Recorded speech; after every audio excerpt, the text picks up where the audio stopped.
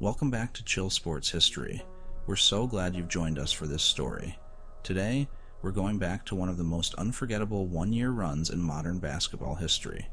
This is the story of the 2019 Toronto Raptors, a team that had spent years being good, years being respected, and years being close enough to dream but never close enough to actually touch a championship. And then, in one summer, they made the kind of decision that can change a franchise forever. They traded away the most beloved player in team history. They brought in a quiet superstar who might only be there for one season. They accepted the risk that everything could fall apart. And then, over one tense emotional playoff run, they turned that one chance into the first NBA championship ever won by a Canadian team. The Raptors did not come out of nowhere in 2019. This was not a team that had been terrible for years and suddenly caught lightning in a bottle. Toronto had already become one of the strongest organizations in the Eastern Conference. Kyle Lowry and DeMar DeRozan had helped turn the Raptors into a consistent winner. They won divisions, filled the arena, built one of the best home crowds in basketball, and gave the city a team it could believe in. For the first time in a long time, the Raptors were not just trying to be relevant. But relevance is not the same as greatness. The regular season was never the problem. The problem came in the spring, when the games became tighter, the pressure grew heavier, and the same wall kept appearing in front of them. That wall was LeBron James. In 2016, the Raptors reached the Eastern Conference Finals and gave Toronto one of its deepest runs ever, but LeBron and the Cleveland Cavaliers were still clearly a level above. Toronto won 2 games at home in that series, and for a moment, it gave the fan base hope that maybe the gap was closing. But Cleveland still won, and the difference between a good team and a championship team was obvious. In 2017, Cleveland swept Toronto out of the second round. Then, in 2018, the Raptors had their best regular season yet. They won 59 games, finished first in the Eastern Conference, and looked deeper and more balanced than ever. They had changed their offense, trusted their bench, and tried to become less predictable. But when they met Cleveland again, everything collapsed. The 2018 sweep was especially painful because it felt like the best version of that Raptors era had been given its clearest chance and still could not get over the same obstacle. The series included one of those moments that seemed to capture the whole rivalry, when LeBron hit a leaning bank shot at the buzzer in Game 3. It was the kind of shot that made it feel like he was not just beating Toronto. He was haunting them. That painful era became known as LeBronto, and even though the nickname was a joke, it carried a real sting. Around the league, the Raptors were respected, but not feared. They were a team that could win all winter and still be doubted in the spring. And after that sweep, the franchise had to face a difficult truth. The Lowry and DeRozan core had lifted Toronto higher than it had ever been before, but maybe it had gone as far as it could go. That is where Masai Ujiri's decision becomes the turning point. In the summer of 2018, the Raptors traded DeMar DeRozan, Jakob Poeltl, and a protected first-round pick to San Antonio for Kawhi Leonard and Danny Green. From a basketball point of view, it made sense. Kawhi was one of the best players in the world when healthy. He had already been an NBA champion, a Finals MVP, and one of the league's great two-way players. He could score without rushing, defend without reaching, and change a game on both ends of the floor. But emotionally, the trade was brutal. DeRozan was not just another player. He had embraced Toronto when the city was still fighting for respect as an NBA market. He had helped build the modern Raptors. Fans loved him. Lowry loved him. The franchise owed a lot of its identity to him. Trading him meant cutting into the heart of what the Raptors had become, and there was no guarantee the gamble would work. Kawhi was coming off a strange, injury-filled season with the Spurs. He had played only a small number of games the year before. His relationship with San Antonio had broken down, and he had only 1 year left on his contract. Nobody knew for sure how healthy he would be. Nobody knew whether he wanted to stay in Toronto. Nobody even knew exactly what the emotional chemistry of the team would be like after such a painful trade. The Raptors were not just trading for a superstar. They were trading for a window, and maybe a very small one. If it went badly, they could be left with no DeRozan, no Kawhi, and no championship. It was one of those cold, ruthless championship or bust moves that either defines a front office forever or follows it forever for the wrong reason. At first, the new Raptors were a little strange to watch. Kawhi did not arrive making big promises. He was quiet, controlled, and almost unreadable. He did not try to win the city with speeches. He simply came in, worked, and played when the team believed it made sense for him to play. The phrase load management became part of the season because Toronto was careful with him. They were not chasing every possible regular season win. They were thinking about April, May, and maybe June. It could be frustrating at times because fans naturally wanted to see the full team as much as possible. But the Raptors understood the real purpose of the season. The entire gamble only mattered if Kawhi was healthy when the playoffs arrived. Around him, the rest of the roster began to settle. Lowry remained the emotional engine and the connection to everything the Raptors had been before. He was not always the highest scorer, and his playoff reputation had become complicated, but he did so many things that helped teams win. He defended, passed, took charges, pushed tempo, and made the small plays that do not always show up in a box score. Pascal Siakam took a huge leap, going from energy player to legitimate scoring option. His speed, length, and spinning drives gave Toronto a different kind of attack. Danny Green brought shooting, calm, and championship experience. Serge Ibaka gave them size and toughness. Fred VanVleet and Norman Powell gave the bench edge and confidence. And even though OG Anunoby would eventually miss the playoff run, he was still part of the team's depth and future. Then, at the trade deadline, Toronto made one more all-in move by trading for Marc Gasol. It was another sign that the Raptors were no longer trying to preserve the old version of themselves. Jonas Valanciunas had been with the team for years and had been part of its rise, but Gasol gave Toronto something different. He was older, but he was smart, strong, and skilled.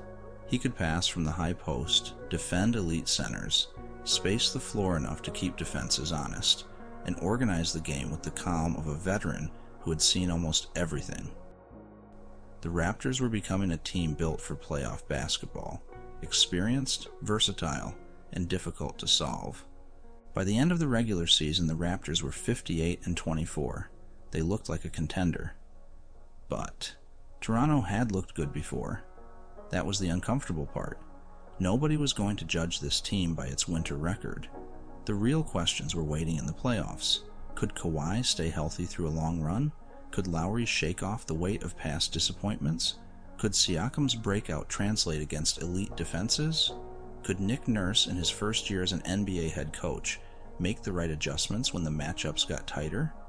And most of all, could the Raptors finally be different when everything was on the line? The first test came against the Orlando Magic, and almost immediately, old memories returned. Orlando came into Toronto and won Game 1, with DJ Augustin hitting a big shot late. For Raptors fans, it was hard not to feel that familiar playoff anxiety. A home opener, a lower seed, a tense crowd, and suddenly the old questions were back. Was this really different, or was it just another Raptors team waiting to disappoint? It was only one game, but with Toronto's playoff history, one game was enough to bring back years of unease. But this time, the Raptors did not spiral. Kawhi stayed steady. Lowry responded after a rough opener. The defense tightened. The Raptors won the next 4 games and took the series in 5. Orlando had given them a scare, but not a crisis, and that mattered. For a franchise with so much playoff baggage, the ability to absorb a bad moment and keep moving was a sign of maturity. The Raptors had survived the first punch, but the next round would ask much more of them. The Philadelphia 76ers were big, talented, physical, and awkward in a dangerous way. Joel Embiid could dominate inside. Ben Simmons brought size, defense, and transition pressure. Jimmy Butler gave them toughness and late-game confidence. Tobias Harris added scoring. J.J. Redick added shooting. On paper, they created problems everywhere. Philadelphia was not a perfectly balanced team, but it was a frightening one. They had enough size to bother Toronto, enough shot-making to steal close games, and enough personality to make the whole series feel heavy. The series quickly turned into a grind. It was not smooth basketball. It was slow, tense, defensive, and uncomfortable. Every possession felt crowded. Every miss seemed louder. Kawhi carried Toronto through long stretches, scoring with a calm precision that made it feel like he was solving the game one possession at a time. He hit mid-range jumpers, finished through contact, defended, rebounded, and took on the burden of being the one player Toronto could rely on when the offense broke down. The Raptors won Game 1, Philadelphia answered in Game 2, the Sixers took Game 3, and suddenly Toronto was in real danger. Game 4 became one of those games a championship team has to win before it can ever be called a championship team. Kawhi delivered again, and Toronto pulled the series back toward level ground. Even after Toronto won Game 5 comfortably, Philadelphia was not finished. The Sixers came back and won Game 6, sending the series to a deciding Game 7 in Toronto. By then, the entire Kawhi gamble had arrived at one night. This was exactly why the Raptors had traded for him. Not for a comfortable regular season, not for a first-round win. For a moment like this, against a dangerous opponent, when the old version of the team might not have been enough. The game itself matched the tension. Neither team could fully separate. The score stayed low. Every basket felt like a struggle. Kawhi kept shooting, not because everything was easy, but because Toronto needed him to keep carrying the weight. With the game tied in the final seconds, the ball found him again. There were just over 4 seconds left. Kawhi caught the inbound pass and moved toward the right corner. Ben Simmons chased him. Joel Embiid stepped up to contest. Kawhi rose near the sideline, fading away, with almost no space and almost no time. The shot went up, and for a moment, the entire season seemed to hang in the air with it. The ball hit the rim, then it bounced, and bounced, and bounced again, and bounced one more time. In those few seconds, everything was suspended. The trade, DeRozan, Lowry's years of heartbreak, the LeBron sweeps, the one-year contract, the fear that this might be Toronto's only chance. It all seemed to sit there on the rim, waiting for an answer. Then the ball dropped. Game. Series. Toronto had won. Kawhi crouched in the corner and let out a roar, one of the most emotional reactions of his career. His teammates rushed him. The arena exploded. Joel Embiid walked off in tears. The Raptors had not won the championship yet, and they had not even reached the finals yet, but something had changed. Toronto had won a game that felt like it carried the weight of the franchise's past. They had survived the tightest possible moment against a real opponent. They had watched the season balance on the rim, and for once, it had fallen their way. The reward for surviving Philadelphia was a meeting with the best regular season team in basketball. The Milwaukee Bucks were waiting in the Eastern Conference Finals, and they looked like a machine. Giannis Antetokounmpo was becoming an MVP, a player who attacked the rim with a mix of speed, strength, and reach that made normal defense feel impossible. Around him, Milwaukee had shooting, length, depth, and home court advantage.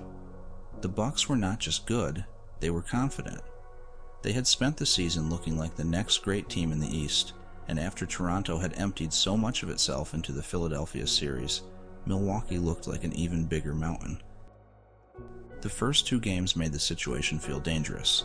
The Raptors had chances in Game 1 but let it slip away, and then the Bucks won Game 2 more comfortably. Suddenly, Toronto was down 2-0. The dream was still alive, but it was fragile.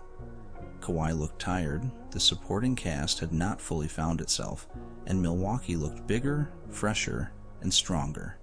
For Raptors fans, the fear was obvious. Maybe the shot against Philadelphia had been the peak. Maybe that was the moment everyone would remember from a season that still ended too early. Maybe the one-year gamble was about to fall short. Game 3 in Toronto became a survival game. It went to overtime, then to double overtime. Every possession felt exhausting. Kawhi was visibly laboring, but he kept playing. Lowry fouled out. Norman Powell fouled out. The Raptors had to dig deeper and deeper into what they had left. Somehow, they won. It was only one game, but it changed the feel of the series. Toronto was not finished. Milwaukee had not broken them. And just as importantly, the Raptors had given themselves time to adjust. From there, the series changed. Nick Nurse and the Raptors built a wall against Giannis, not with one player, but with a full team plan. Kawhi took more of the primary assignment. Gasol and Ibaka protected space behind him. Siakam used his length. The guards dug down at the right moments. Every drive became crowded. Every easy lane became harder to find. The goal was not to stop Giannis completely, because a player that great is almost never fully stopped. The goal was to make every attack more complicated, to make him see bodies, to turn speed into traffic and power into decisions. At the same time, Fred VanVleet's postseason changed. Earlier in the playoffs, he had struggled badly with his shot. There were moments when it was fair to wonder how much Toronto could trust him in the biggest games. But late in the Milwaukee series, he caught fire at exactly the right time. 3 after 3, VanVleet gave the Raptors the bench scoring and spacing they badly needed. Powell brought energy. Lowry made tough, smart plays. Gasol, Ibaka, and Siakam all contributed in ways that did not always show up cleanly in a highlight package, but mattered deeply to the series. Kawhi was still the superstar, but the team around him was rising too. Toronto won Game 4, then went back to Milwaukee and won Game 5. Then, in Game 6 at home, the Raptors finished the comeback. Kawhi drove down the lane and threw down a dunk over Giannis that felt like a final statement. After falling behind 2-0, Toronto had won 4 straight. For the first time in franchise history, the Raptors were going to the NBA Finals. Waiting for them was the Golden State Warriors, the defining team of the era. Golden State had won 3 championships in 4 years and was chasing a 3rd straight title.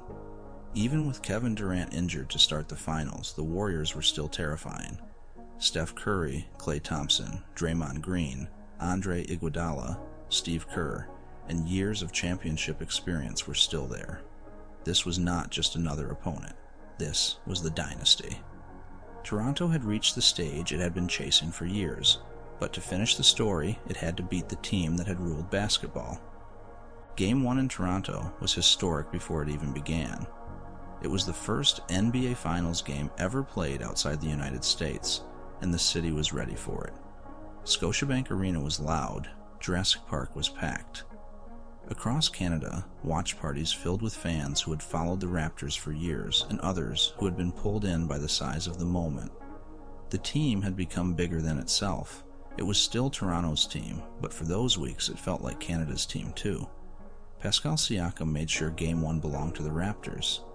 He played one of the best games of his life, running the floor, finishing at the rim, hitting shots, and giving Golden State problems all night. Toronto won, and suddenly the finals were not just a celebration. They were a series the Raptors could win. Golden State answered in Game 2 because that is what champions do. The Warriors made their run, stole a game in Toronto, and tied the series. For Raptors fans, it was a reminder that nothing would be easy. Even injured, even imperfect, Golden State could still punish a bad stretch. Curry could still bend the floor just by moving. Klay could still change a game with a few clean looks. Draymond could still turn defense into transition. The Raptors had missed a chance to go up 2-0, and now the series was going to Oakland tied. But, on the road, Toronto showed its composure. The Raptors won Game 3, taking advantage of Golden State's injuries but also refusing to play nervously. That is not always as simple as it sounds. In the finals, even an injured champion can be dangerous, because urgency replaces comfort. Toronto still had to make shots, defend, and handle the pressure of a road arena that had seen years of Warriors' dominance. Then came Game 4, and Kawhi delivered again. Early in the second half, he hit back-to-back threes that seemed to change the mood of the night. The Raptors tightened defensively, stayed calm, and beat the Warriors again in their own building. Toronto was up 3-1 in the NBA Finals. At that point, the Raptors were one win away from the championship, and Game 5 was back in Toronto. The city was ready, the country was ready, it felt like the moment was right there. But championship stories rarely move in a straight line. Kevin Durant returned for Golden State, and for a brief stretch, he looked like Kevin Durant again. Tall, smooth, and almost impossible to bother, he hit shots as if he had never been away. His presence changed the entire feeling of the game. Golden State suddenly looked closer to whole, and for a few minutes, the Warriors looked like the team that had seemed almost unbeatable. Then Durant went down. It was one of the most uncomfortable moments of the entire run. He tried to push off, grabbed at his lower leg, and the mood changed instantly. At first, some in the Toronto crowd reacted to the turnover and the moment for their team, but as it became clear that Durant was seriously hurt, the reaction shifted. Players from both teams signaled for calm. Durant was helped off. What had been a championship game became something heavier and more complicated. The Raptors still had a chance to win that night. Late in Game 5, Kawhi went on a personal scoring run that almost closed the series. For a moment, it looked like he might take the championship right there in Toronto. The building was ready to erupt. The trophy felt close. But Golden State answered with huge threes from Curry and Klay, survived by 1 point, and sent the series back to Oakland. Toronto's celebration had to wait. That loss could have been dangerous. The Raptors had been so close. They had been at home. They had felt the title within reach. And now they had to fly back to the home building of a dynasty with Golden State still alive. If the Warriors won Game 6, then Game 7 would be in Toronto, and all the pressure in the world would be waiting there. The Raptors were still in control, but the series suddenly felt tense again. They had to finish it before the chance became heavier than the team itself. Game 6 became the final test. It was also the last Warriors game ever played at Oracle Arena, which gave the night an added weight. Golden State was fighting for a championship, fighting for its dynasty, and fighting to keep its old home alive for one more game. Toronto was fighting to finish before the series could turn into something terrifying. Kyle Lowry started the game like a man who understood the moment. He came out aggressive, hitting shots, attacking, and giving Toronto exactly what it needed. It was fitting. Lowry had been there before Kawhi, before Gasol, before the finals, before the championship window. He had lived through the doubts, the playoff losses, and the LeBron years. In the biggest game of his career, he helped set the tone. The game went back and forth. Klay Thompson was brilliant for Golden State, hitting shots and keeping the Warriors alive. Then, in the third quarter, he went up for a dunk, was fouled, landed awkwardly, and injured his knee. In a remarkable moment, he came back out to shoot his free throws before leaving again. The Warriors had already lost Durant, and now they had lost Klay, but they still refused to disappear. Curry kept moving. Draymond kept battling. Iguodala kept defending. The Raptors had to earn every inch. Toronto needed contributions from everywhere. Siakam scored. Kawhi made plays even when he was not dominating the ball. Van Vliet hit enormous shots in the fourth quarter, including threes that felt bigger each time they left his hand. Lowry kept organizing the game, kept fighting through contact, and kept making the kind of plays that had defined his years in Toronto. This was not beautiful basketball. It was survival basketball. Championship basketball. A team that had spent years falling short now had to stay calm for just a few more minutes. The final seconds were chaotic. Toronto led, but nothing felt safe. Golden State had one last chance, and Curry got a look at a three that could have changed everything. It missed. The ball bounced around. There was confusion, a foul, free throws, and a strange ending that did not have the clean drama of Kawhi's shot against Philadelphia. But when the clock finally ran out, none of that mattered. The Toronto Raptors were NBA champions. Kawhi Leonard, the superstar who might only be there for 1 year, had delivered the title. Kyle Lowry, the franchise guard who had been doubted for so long, was finally a champion. Pascal Siakam had completed his rise on the biggest stage. Fred VanVleet had gone from struggling shooter to finals hero. Marc Gasol, Serge Ibaka, Danny Green, Norman Powell, and the rest of the roster had all played their part. Nick Nurse had won the championship in his first season as an NBA head coach. Masai Ujiri's gamble had worked. and in Canada, the celebration was enormous. This was not just Toronto winning a basketball title, it was the first NBA championship for a team outside the United States. It was a moment for fans who had watched the franchise grow from expansion team to Vince Carter's highlights, to the Bosh years, to the DeRozan and Lowry era, to the pain of LeBronto, and finally to the top of the league. It was a moment for the fans packed into Jurassic Park, for the people watching in bars and living rooms across the country, and for everyone who had wondered whether a Canadian NBA team could ever really stand above the rest of the league. But the ending also had a bittersweet quality. Kawhi left in free agency that summer, signing with the Los Angeles Clippers. In some stories, that might make the championship feel less complete. But with the 2019 Raptors, it almost made the season feel more remarkable. It really had been 1 year, one chance, one narrow window. Toronto did not get a long Kawhi era. It did not get a dynasty. It did not get years to slowly build around him. It got a single season, and somehow, in that single season, everything came together. That is what makes the 2019 Raptors different from so many championship teams. Some champions feel inevitable. Some are built over years and then stay at the top. Some announce themselves as the beginning of something larger. But the Raptors were different. They were the team that had been good for years and finally admitted that good was not enough. They were the team that made the painful decision, took the risk, and lived with the uncertainty. They were the team that needed the ball to bounce on the rim 4 times and fall. They were the team that had to come back from 2 games down against the MVP. They were the team that had to beat a wounded but proud dynasty that refused to go quietly. And they did. The 2019 Toronto Raptors were not a dynasty. They were not a long reign. They were a perfect moment. A team built from years of heartbreak, one bold trade, careful roster moves, veteran toughness, and a superstar who arrived quietly, played brilliantly, and left almost as quickly as he came. For Raptors fans, that was enough. For one season, the gamble worked. For one spring, every old disappointment led somewhere.